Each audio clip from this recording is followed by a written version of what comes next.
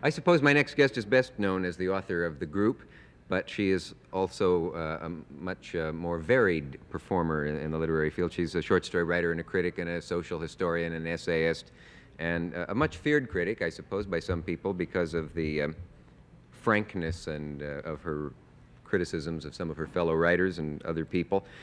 Miss McCarthy has been living in Paris the last 7 years, I believe it is, but she leaves Paris for Maine in the summer, I was delighted to find out, and we could afford to bring her in from there. Will you welcome, if she isn't in a holding pattern somewhere, a distinguished and bright lady, Miss Mary McCarthy, right here.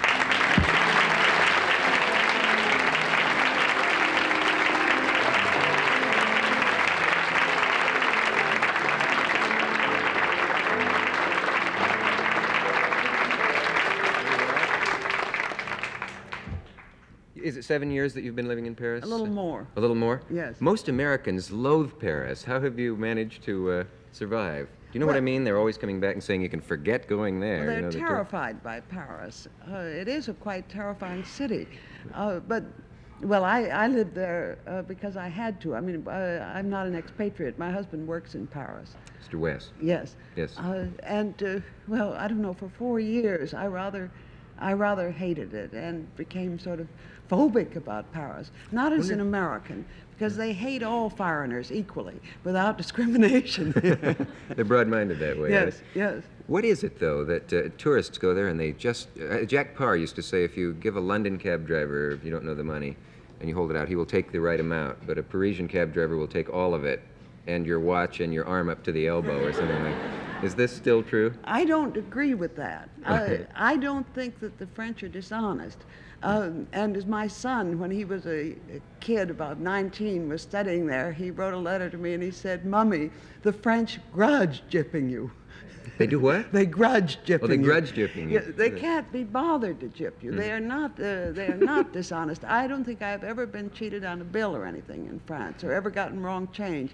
I've had, a cab driver can grumble, but usually they don't grumble even if you don't give them a good tip, I guess. Gee. I usually give a fairly good tip. It's safer that way. I never knew you had to tip cab drivers in New York, and I used to think that the things they were saying to me were because I was slamming the door too hard. You do tip them. Is Maine more congenial somehow than Paris?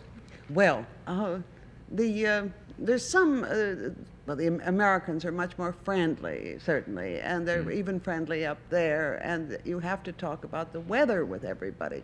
As you make your progress down the main street, you have to discuss, even when the weather's normal, you have to have this conversation. Mm-hmm. And I find that very boring.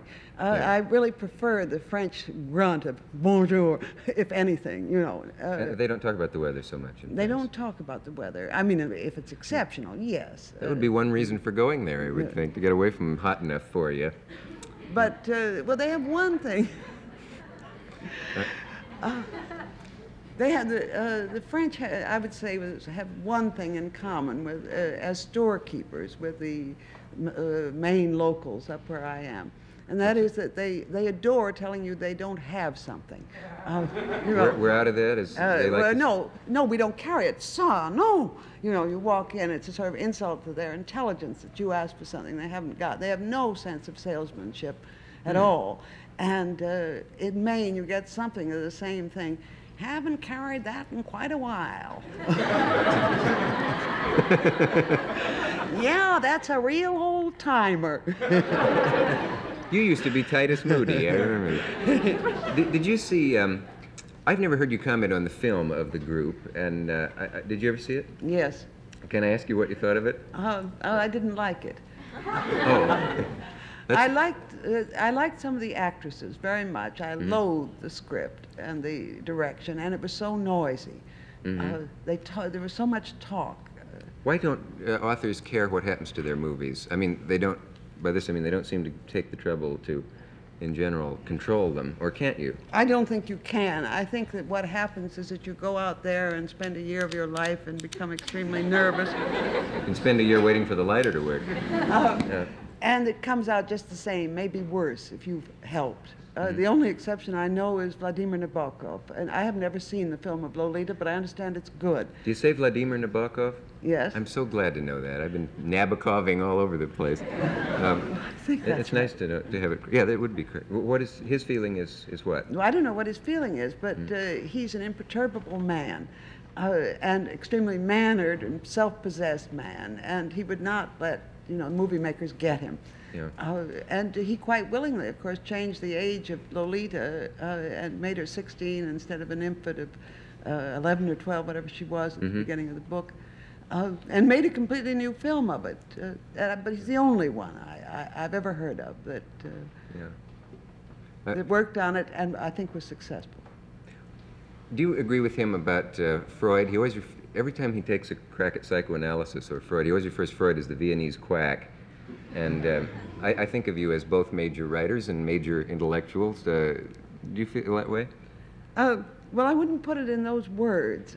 You'd find your own. I don't believe in psychoanalysis. No, I have a great deal of respect for Freud as a writer, and he must have been very interesting as a therapist when he began. But I don't know. I think it's a complete myth and almost a self-induced hoax on the part of its practitioners and its patients. Do you? What are you writing now? It's kind of an open secret. Quite a few people think that. Yes, there have been others. What are you working on now? Well, I'm finishing a book of literary essays that are coming out in February, purely literary. And most of them are favorable. They are? Yes. You've gotten a number of people in your time, gotten in the old sense of the word. I remember the review of, I think it was Kenneth, you disemboweled Kenneth Tynan even before he devised O Calcutta. I'm going to that tomorrow night. Oh, are you? Yes. I'm sorry that we do have an ashtray. I was going to say we're out of them and make you feel at home. There we go.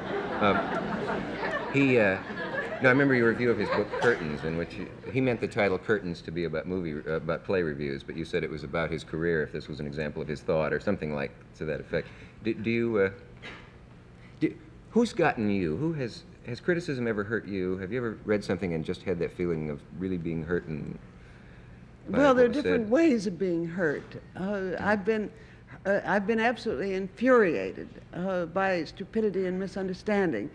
I don't know whether that's hurt or not. And then I've been hurt when I felt touché, that somebody was right or partly right or half right. I think that can hurt. So you have had the feeling of seeing someone gouge you in print. Yes. Do you write to them? Do you ever answer them? Well, it depends. I think if it's a book about facts, like my books about Vietnam, that you should answer.